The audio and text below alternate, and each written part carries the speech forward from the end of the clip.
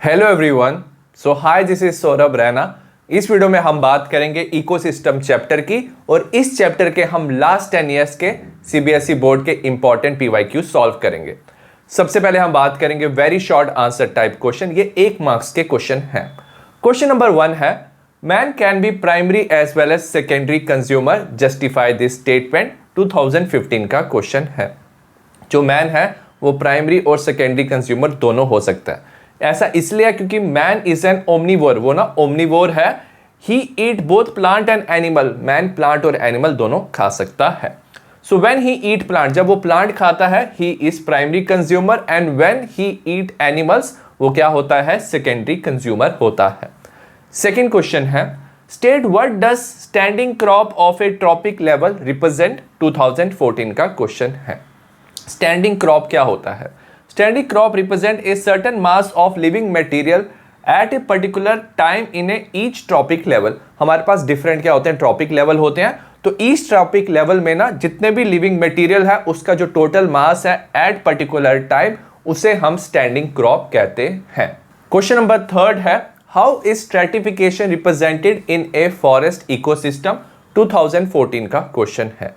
Vertical distribution of different species occupying different level. तो हम vertical distribution करते हैं डिफरेंट स्पीशीज का जो डिफरेंट लेवल पे प्रेजेंट होते हैं, तो इस डिस्ट्रीब्यूशन को हम स्ट्रैटिफिकेशन कहते हैं। अगर हम फॉरेस्ट इकोसिस्टम की बात करें, on the basis of height हम डिफरेंट लेवल पे डिवीजन कर सकते हैं। जो ट्रीज है ना, दे ऑक्यूपाई टॉप वर्टिकल स्ट्रेटा और लेयर ऑफ ए फॉरेस्ट। तो टॉप वर्टिकल लेयर और स्ट्रेटा ऑक्यूपाई करते हैं ट्रीज, क्योंकि उनके सबसे ज्यादा हाइट होती है। फिर श्रब्स आते हैं जो ऑक्यूपाई करते हैं second level. Herbs and grasses जिनकी हाइट सबसे कम होती है वो बॉटम लेयर ऑक्यूपाई करते हैं फॉरेस्ट इकोसिस्टम में। क्वेश्चन नंबर 4 है, what does R represent in the given equation for productivity in an ecosystem. 2015 का क्वेश्चन है। हमें जीपीपी दिया हुआ है, minus R is equal to NPP, हमें आर बताना है। GPP minus R is equal to NPP. GPP होता है ग्रॉस प्राइमरी प्रोडक्टिविटी। जब फोटोसिंथेसिस होती है ना, तो प्लांट ऑर्गेनिक मैटर बनाते हैं, तो उसे हम ग्रॉस प्राइमरी प्रोडक्टिविटी कहते हैं। उसमें से कुछ ऑर्गेनिक मैटर प्लांट खुद के लिए यूज कर लेते हैं रेस्पिरेशन के लिए, तो उसे हम माइनस आर कहते हैं। और इससे जो ऑर्गेनिक मैटर बचता है हेटेरोट्रॉप्स के लिए, उसे हम एनपीपी कहते हैं, नेट प्राइमरी प्रोडक्टिविटी। तो ये जो आर होता है, ये प्लांट खुद के लिए ऑर्गेनिक मैटर रेस्पिरेशन में यूज करते हैं, इसे हम रेस्पिरेटरी लॉसेस कहते हैं। नेक्स्ट है शॉर्ट आंसर टाइप 1 क्वेश्चन। ये 2 मार्क्स के क्वेश्चन है। क्वेश्चन नंबर 5 है, given below is food web that involve 9 organism. 2023 का क्वेश्चन है। हमें फूड वेब दिया जिसमें 9 ऑर्गेनिज्म है। हमें ए पार्ट बताना है, identify 2 producers and 2 carnivores shown in the food web. जो प्रोड्यूसर होते हैं ना, वो क्या करते हैं, फूड चेन को वो स्टार्ट करते हैं। तो अगर हम यहाँ पे देखेंगे 1 2 3, तो यहाँ से क्या हो रहा है, इस डायरेक्शन में मूव कर रहा है हमारा फूड वेब, और यहाँ पे डिफरेंट फूड चेन्स इन्वॉल्व है। तो हमारे जो प्रोड्यूसर्स होंगे वो होंगे 1 2 3। अब इन्हें कौन खाता है, प्राइमरी कंज्यूमर्स खाते हैं, जो होगा 4 और 5। ठीक है, ये प्राइमरी कंज्यूमर्स हैं और नॉर्मली ये हर्बीवोर्स होते हैं। अब हर्बीवोर्स को कौन खाते हैं, इन्हें कार्निवोर्स खाते हैं, जो क्या होते हैं, सेकेंडरी कंज्यूमर होते हैं। तो 6 7 8 क्या आ जाएंगे, कार्निवोर्स आ जाएंगे। तो ये क्या है, हमारे सेकेंडरी कंज्यूमर है। क्वेश्चन नंबर 5 का बी पार्ट है, is it possible to make an ecological pyramid depicting this food web, give reason in support to your answer. हमने इकोलॉजिकल पिरामिड का ना लिमिटेशन पढ़ा था, और उसका एक लिमिटेशन था कि जो इकोलॉजिकल पिरामिड है, दे does not accommodate A food web. तो वो फूड वेब को एकोमोडेट नहीं करते, क्योंकि जो इकोलॉजिकल पिरामिड है इसका बेसिस होता है सिंपल फूड चेन। तो सिंपल फूड चेन के बेसिस पे इकोलॉजिकल पिरामिड बनाया जाता है, फूड वेब के बेसिस पे ये नहीं बनाया जाता। So it assume simple food chain, something that never exist in nature. So that's why हम इकोलॉजिकल पिरामिड से फूड वेब डिपिक्ट नहीं कर पाएंगे। क्वेश्चन नंबर 6 है, right the relationship between productivity, gross primary productivity, net primary productivity and secondary productivity. 2019 का question है। सबसे पहले प्रोडक्टिविटी क्या होता है, it is the rate of biomass और ऑर्गेनिक मैटर प्रोडक्शन। जिस रेट से बायोमास ऑर्गेनिक मैटर बनता है पर यूनिट टाइम, इसे हम प्रोडक्टिविटी कहते हैं। और इसे हम एक्सप्रेस कर सकते हैं ग्राम पर मीटर स्क्वायर पर ईयर और किलो कैल पर मीटर स्क्वायर पर ईयर। इसको हम कंपेयर कर सकते हैं प्रोडक्टिविटी ऑफ डिफरेंट इकोसिस्टम। तो इससे डिफरेंट इकोसिस्टम की प्रोडक्टिविटी हम मेजर कर सकते हैं या कंपेयर कर सकते हैं। ये दो तरह का होता है। It is divided into gross primary productivity जिसे जीपीपी भी कहते हैं एंड नेट प्राइमरी प्रोडक्टिविटी जिसे एनपीपी कहते हैं। जीपीपी क्या होता है? Gross primary productivity. किसी भी इकोसिस्टम का ग्रॉस प्राइमरी प्रोडक्टिविटी क्या होता है? Rate of production of organic matter during photosynthesis. तो फोटोसिंथेसिस से कितना ऑर्गेनिक मैटर बन रहा है उसे हम ग्रॉस प्राइमरी प्रोडक्टिविटी कहते हैं, उसका rate of formation. Net primary productivity क्या हुआ? एक considerable amount of GPP is utilised by plant in respiration. तो जब ऑर्गेनिक मैटर बनता है ना, कुछ ऑर्गेनिक मैटर प्लांट ना यूज कर लेते हैं रेस्पिरेशन में, तो gross primary productivity minus respiratory losses. तो जो ऑर्गेनिक मैटर यूज होता है रेस्पिरेशन में उसे हम रेस्पिरेटरी लॉस कहते हैं। इसे हम माइनस कर देंगे ग्रॉस प्राइमरी प्रोडक्टिविटी से, तो हमें मिल जाएगा net primary productivity. GPP minus R होता है एनपीपी, नेट प्राइमरी प्रोडक्टिविटी, और ये अवेलेबल बायोमास होता है जिसे कंज्यूम कर सकते हैं हेटेरोट्रॉप्स। नेक्स्ट है secondary productivity. It is defined as rate of formation of new organic matter by consumer. जब कंज्यूमर क्या कर सकता है? प्लांट्स को खाता है या दूसरे ऑर्गेनिज्म को खा सकता है। कंज्यूमर प्राइमरी सेकेंडरी कंज्यूमर होते हैं, तो उनके अंदर भी क्या होता है? ऑर्गेनिक मैटर बनता है। तो उस rate of formation of organic matter को हम सेकेंडरी प्रोडक्टिविटी कहते हैं। क्वेश्चन नंबर 7 है, how is humus formed? Mention any 3 characteristic of humus. 2020 का क्वेश्चन है। ह्यूमस इज डार्क कलर, ये डार्क कलर का होता है, अमॉर्फस ऑर्गेनिक मैटर होता है, फॉर्म होता है सॉइल में when plants and animal matter decay. Animal और प्लांट मैटर के डिके के बाद ह्यूमस बनता है। कैरेक्टरिस्टिक ऑफ ह्यूमस क्या है? It is highly resistant to microbial action. तो माइक्रोब के एक्शन से ये रेजिस्टेंट होता है। ये कोलाइडल नेचर का होता है, सो ये reservoir of nutrients and water हो सकता है। It improve soil structure, soil का स्ट्रक्चर और एग्रीगेशन, मतलब सॉइल को बाइंड करने में ये हेल्प करता है। It increase the soil water holding capacity, तो वाटर की जो होल्डिंग कैपेसिटी है सॉइल की वो इंक्रीज करता है। क्वेश्चन नंबर 8 है, describe how do oxygen and chemical composition of detritus control decomposition. 2015 का क्वेश्चन है। डेट्राइटस होता है dead remain of plant and animal. सबसे पहले इफेक्ट ऑफ ऑक्सीजन की बात करेंगे। The decomposition of detritus is largely N oxygen required process. तो जो डिकम्पोजिशन होती है ना डेट्राइटस की, उसमें ऑक्सीजन की रिक्वायरमेंट होती है, क्योंकि जो मोस्ट ऑफ द डिकम्पोजर्स होते हैं ना वो एरोबिक ऑर्गेनिजम्स होते हैं। They required oxygen for their cellular activities. तो सेलुलर एक्टिविटीज के लिए उनको ऑक्सीजन चाहिए while acting on dead organic matter. और अगर ऑक्सीजन का लेवल कम है तो डिकम्पोजिशन का रेट भी कम हो जाएगा। नेक्स्ट है effect of chemical composition. Decomposition rate is slower if detritus is rich in lignin and chitin. अगर डेट्राइटस में लिग्निन और काइटिन है ना तो डिकम्पोजिशन का रेट स्लो होता है। It is quicker if detritus is rich in nitrogen and water soluble substance like sugars. और ये जो रेट है ना डिकम्पोजिशन का फास्टर होता है अगर जो डेट्राइटस है वो रिच होता है नाइट्रोजन में and water soluble substance like sugar, तो ये रेट ऑफ डिकम्पोजिशन फास्ट होता है। क्वेश्चन नंबर 9 है, mention any 2 reasons why the primary productivity varies in different type of ecosystem. 2015 का क्वेश्चन है। डिफरेंट इकोसिस्टम्स में प्राइमरी प्रोडक्टिविटी डिफरेंट होती है, इसका हमें रीजन बताना है। पहला है, it depend upon plant species of A given ecosystem. तो ये डिपेंड करता है कि कौन सी प्लांट स्पीशीज उस इकोसिस्टम में प्रेजेंट है एंड देयर फोटोसिंथेटिक कैपेसिटी, मतलब वो कितना फास्ट फोटोसिंथेसिस कर सकते हैं। अगर फोटोसिंथेसिस का रेट फास्टर है तो प्राइमरी प्रोडक्टिविटी भी ज़्यादा होगी। सेकेंड है, it depend upon various environmental factors. तो डिफरेंट इन्वायरमेंटल फैक्टर्स पे डिपेंड कर सकता है, जैसे कितना सनलाइट है, कितना मॉइस्चर है एयर में, उस पर डिपेंड कर सकता है। और ये डिपेंड कर सकता है अवेलेबिलिटी ऑफ न्यूट्रिएंट्स, सॉइल में न्यूट्रिएंट्स कैसे हैं। अगर न्यूट्रिएंट्स ज़्यादा होंगे, अच्छी क्वालिटी के होंगे, तो प्राइमरी प्रोडक्टिविटी भी हाई होगी। क्वेश्चन नंबर 10 का ए पार्ट है, name the type of food chain that exist in A pond. 2016 का क्वेश्चन है। पॉन्ड में ना ग्रेजिंग फूड चेन प्रेजेंट होता है। बी पार्ट है, write any two limitation of ecological pyramid. हमें 2 लिमिटेशन बताना है इकोलॉजिकल पैरामीड का। मैंने यहाँ पे 3 बताया, आप कोई भी 2 लिख सकते हो। It does not take into account the same species belonging to 2 और मोर ट्रॉपिक लेवल। अब क्या होता है, जो एक स्पीशीज होती है ना, कभी कभी वो एक से ज्यादा ट्रॉपिक लेवल में भी प्रेजेंट होती है, उसे ये अकाउंट में नहीं लेता है। सेकंड है it assume simple food chain. अब जो इकोलॉजिकल पैरामिड है इसका बेसिस है simple food chain. It does not occur in nature. जो सिंपल फूड चेन है वो कभी भी नेचर में एग्जिस्ट नहीं करता। इंस्टेड क्या होता है, interlinking of food chain present होता है, जिसे हम फूड वेब कहते हैं। तो फूड वेब आर प्रेजेंट। तो जो इकोलॉजिकल पैरामिड है वो सिंपल फूड चेन की एज्यूम करता है, बट फूड वेब को एकोमोडेट वो नहीं करता है।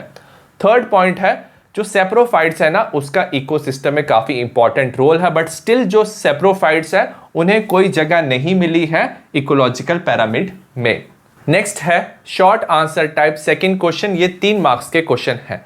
क्वेश्चन नंबर 11 का ए पार्ट है, name an ideal pyramid existing in an ecosystem, construct it up to its 3 trophic level along with their name. 2020 का क्वेश्चन है। जो आइडियल पैरामिड होता है ना, उसे हम पैरामिड ऑफ एनर्जी कहते हैं। ये एक आइडियल पैरामिड है। ये हमेशा क्या होता है, पैरामिड अपराइट होता है और सबसे ज़्यादा ये एफिशिएंट पैरामिड होता है। इसे हमें 3 ट्रॉपिक लेवल में बनाना है। सबसे नीचे ट्रॉपिक लेवल क्या होता है, प्रोड्यूसर्स होते हैं, इसमें प्लांट्स आते हैं। उसके ऊपर आते हैं प्राइमरी कंज्यूमर आते हैं, जिसमें हर्बीवोर्स आते हैं, और उसके बाद आते हैं सेकेंडरी कंज्यूमर, जिसमें कार्निवोर्स आते हैं। अब जो पैरामिड ऑफ एनर्जी है, सपोज प्लांट्स में एनर्जी है, फर्स्ट ट्रॉपिक लेवल में एनर्जी है 10,000 जूल्स। जब एनर्जी सेकंड ट्रॉपिक लेवल में जाती है तो वो सिर्फ 10% जाता है। ठीक है, 90% ये खुद यूज कर लेते हैं, 10% नेक्स्ट ट्रॉपिक लेवल में जाएगा। तो 10,000 का 10% क्या होता है, 1000 will go to second trophic level, और इसका 10% जो है 100 will go to the next trophic level which is secondary consumer. 11th का बी पार्ट है, the sun provide 10 lakh joule of sunlight to an ecosystem, right the amount of energy that is available to the first and third trophic level. जो sunlight है हमें दिया हुआ है 10 lakh joules दिया हुआ है। इसमें से जो सिर्फ 1% है ना, वो प्राइमरी प्रोड्यूसर्स प्लांट्स को मिलता है। और जब एनर्जी ट्रांसफर होती है एक ट्रॉपिक लेवल से सेकंड ट्रॉपिक लेवल में, तो सिर्फ 10% एनर्जी ट्रांसफर होता है। हम फ्लो चार्ट बनाएंगे। सनलाइट है 10 लाख जूल्स, 1% ट्रांसफर होगा प्राइमरी प्रोड्यूसर जो प्लांट्स हैं फर्स्ट ट्रॉपिक लेवल, तो 10,000 जूल्स प्राइमरी प्रोड्यूसर्स को मिलेगा। अब इसमें से क्या होता है, 90% ये यूज कर लेते हैं एनर्जी, 10% नेक्स्ट टॉपिक लेवल में ट्रांसफर करेंगे, तो 1000 जूल्स मिलता है प्राइमरी कंज्यूमर जो है सेकंड ट्रॉपिक लेवल, और इसका 10% जाता है 100 joule which is secondary consumer को, which is third trophic level. हमें पूछा था energy of first and third trophic level. First का था 10,000 जूल और थर्ड का था 100 जूल्स। क्वेश्चन नंबर 12 है, why is earthworm consider a farmer's friend, explain humification and mineralization occurring in a decomposition cycle. 2015 का क्वेश्चन है। जो अर्थवॉर्म है ना, इसे हम फार्मर्स फ्रेंड भी कहते हैं, क्योंकि ये हेल्प करता है fragmentation of detritus, that is break down of complex organic matter. जो dead remain of plant and animal है ना, उसका ये ब्रेक डाउन करता है, एंड लूजनिंग द सॉइल, और सॉइल को ना ये पोरस बनाता है। ह्यूमिफिकेशन और जो मिनरलाइजेशन होता है अकर during decomposition in the soil. जब डेट्राइटस क्या होता है, डिकम्पोज होता है, तो ह्यूमिफिकेशन एंड मिनरलाइजेशन होता है। ह्यूमिफिकेशन क्या होता है, it is the process of accumulation of dark colour amorphous substance. तो ना एक सब्सटेंस ना dark colour amorphous substance accumulate होता है, उसे हम ह्यूमस कहते हैं, और ये न्यूट्रिएंट्स में रिच होता है। ये हाईली रेजिस्टेंट होता है माइक्रोबियल एक्शन के, सो दैट्स वाई ये डिकम्पोजिशन शो करता है एक्सट्रीमली स्लोली। मिनरलाइजेशन क्या होता है, the process by which humus is further degraded. हमें पता है जो ह्यूमस था वो रिच था न्यूट्रिएंट्स में, और जब ये डिग्रेड करता है ना ह्यूमस, इसे हम मिनरलाइजेशन कहते हैं बाय सम माइक्रोब, और जब ये डिग्रेड होता है ना, तो ये रिलीज करता है inorganic nutrients in the soil. Question number 13 है, name the type of ecological pyramid that exist as upright as well as inverted, explain how does it happen। 2020 का क्वेश्चन है। जो पैरामिड ऑफ बायोमास होता है ना, वो एग्जिस्ट कर सकता है upright as well as inverted. अगर हम बात करेंगे ग्रासलैंड इकोसिस्टम की, जो पैरामिड ऑफ बायोमास है वो क्या होता है, अपराइट होता है। अपराइट का मतलब क्या है, जो प्रोड्यूसर्स है ना, जहां पे प्राइमरी प्रोड्यूसर्स हैं जैसे प्लांट्स हैं, इनका बायोमास ज्यादा होता है हर्बीवोर्स से जो प्राइमरी कंज्यूमर होते हैं। तो इनका बायोमास ज्यादा है, प्राइमरी कंज्यूमर का कम है। Herbivores are more in biomass than the carnivore. जो हर्बीवोर है इनका बायोमास कार्निवोर जो सेकेंडरी कंज्यूमर है उससे क्या होता है, ज्यादा होता है। तो इस पैरामिड को हम अपराइट पैरामिड कहते हैं। नेक्स्ट है the pyramid of biomass in sea is inverted. जो पैरामिड ऑफ बायोमास होता है सी में वो इन्वर्टेड होता है। The biomass of fishes far exceed that of phytoplankton.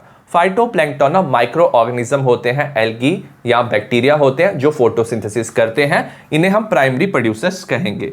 But इनका बायोमास कम होता है, वेयर एज जो प्राइमरी कंज्यूमर है ना फिशेस, उनका बायोमास ज्यादा होता है। तो इसे हम इन्वर्टेड पैरामिड कहते हैं। क्वेश्चन नंबर 14 है explain giving reason that pyramid of energy is always upright. 2019 का क्वेश्चन है। जो पैरामिड ऑफ एनर्जी है वो हमेशा अपराइट होता है। सबसे पहले याद रखना, जो प्लांट्स है ना वो प्राइमरी प्रोड्यूसर्स होते हैं, वो सनलाइट को यूज करके फूड बना सकते हैं, तो उनमें सबसे ज्यादा एनर्जी होता है। The pyramid of energy is always upright in shape as there is gradual decrease in energy content at successive trophic level. तो जब हम नीचे से ऊपर वाले ट्रॉपिक लेवल में मूव करते हैं तो क्या होता है, एनर्जी का लॉस होता है from producer to various consumer. This is because some energy is used at each trophic level. तो हर एक ट्रॉपिक लेवल पे क्या होता है, एनर्जी यूज होती है फॉर वेरियस मेटाबॉलिक एक्टिविटीज, और कुछ एनर्जी लॉस्ट होती है एज हीट।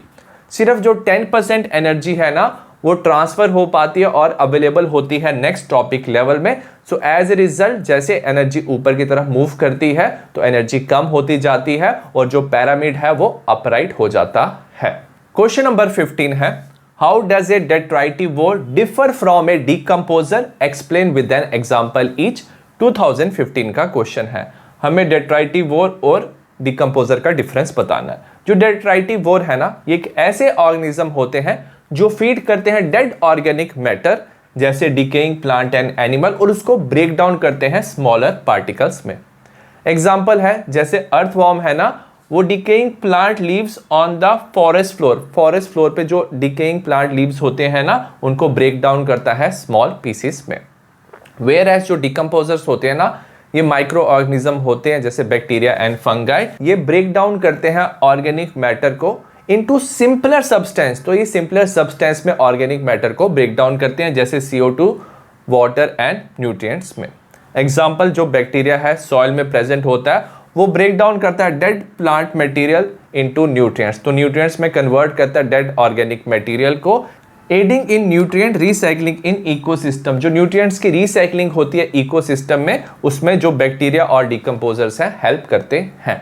क्वेश्चन नंबर 16 का ए पार्ट है what is trophic level in an ecosystem. 2018 का क्वेश्चन है। हमें ट्रॉपिक लेवल बताना है।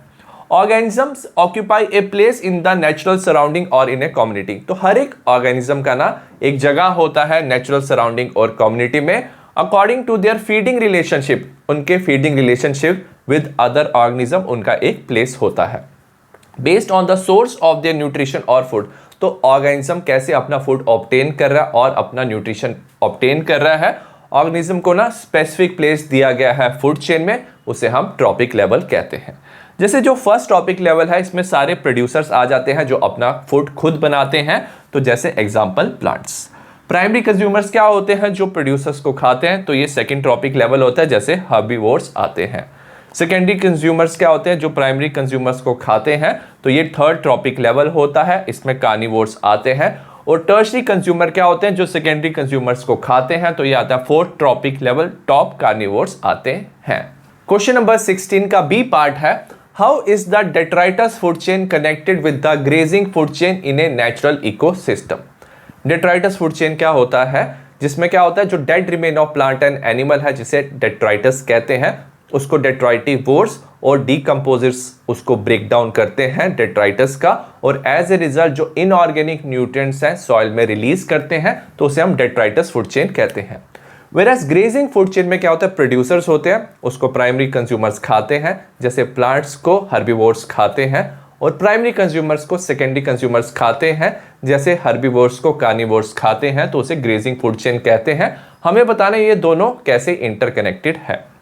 The detritus food chain and the grazing food chain in a natural ecosystem are interconnected through nutrient cycle. तो ये दोनों न्यूट्रिएंट साइकिल से इंटरकनेक्टेड है। डेट्राइटस फीडर्स, जो डेट्राइटिवोर्स होते हैं और जो डिकम्पोजर्स होते हैं ना, वो ब्रेक डाउन करते हैं डेड ऑर्गेनिक मैटर को और रिलीज करते हैं inorganic nutrients in the soil that are then taken up by plant, और उन न्यूट्रिएंट्स को ना प्लांट एब्सॉर्ब करता है in the grazing food chain, और जो न्यूट्रिएंट्स है ना वो एंटर करते हैं ग्रेजिंग फूड चेन। उसमें क्या होता है, जो प्लांट्स है उसको हर्बीवोर्स खाएंगे, हर्बीवोर्स को कार्निवोर्स खाएंगे। ठीक है, so herbivores consume this plant and the nutrients flow through the ecosystem. जो न्यूट्रिएंट्स है वो इकोसिस्टम में फ्लो कर रहा है, कनेक्ट कर रहा है two chains and sustaining the overall ecological balance. तो दोनों फूड चेन में न्यूट्रिएंट्स मूव कर रहे हैं और सस्टेन कर रहे हैं इकोलॉजिकल बैलेंस को।